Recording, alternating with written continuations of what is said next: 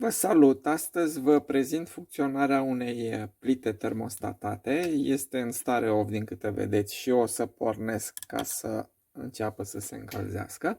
Este o mini plită, are suprafața activă încălzită doar de 6x6 cm, dar mi este suficient de mare pentru toate nevoile pe care le-am avut.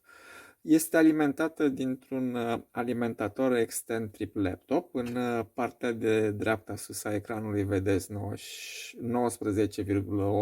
V tensiunea care vine din alimentator și între timp o să modific aici setup-ul ca să putem urmări lipirile.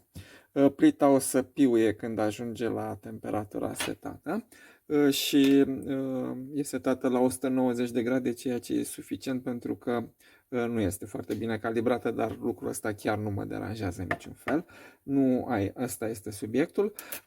O să vreau astăzi să dezlipim niște LED-uri de iluminat puse pe un cablaj cu structură metalică, cu substrat metalic.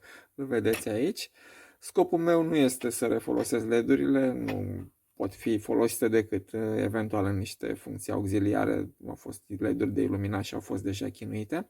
Vedeți că aici unul deja stricat a fost scos.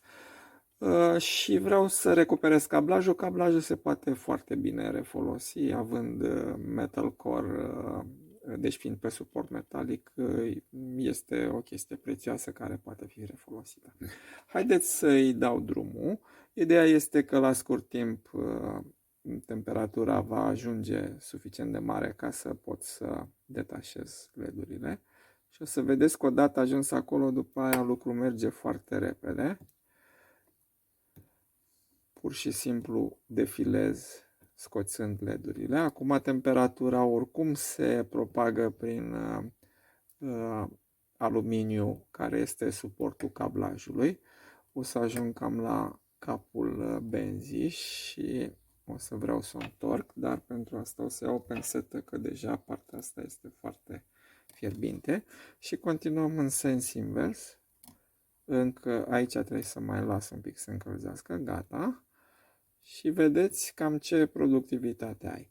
În sens invers, dacă nu vrei să dezlipești, vrei să lipești.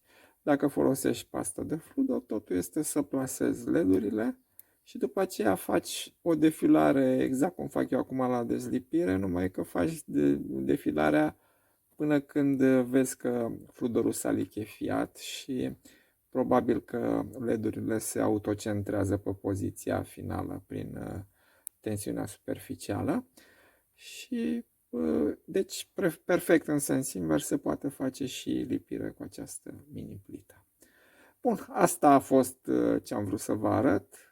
Productivitatea e excepțională, chiar și LED-urile nu sunt stresate termic, e de-abia la pragul la care începe să topească fludorul ăla și nu le ții mult. Deci, față de a încerca să faci așa ceva cu LED cum să te chinuiești, cu plita lucrurile decurg foarte bine și foarte repede. Vă mulțumesc!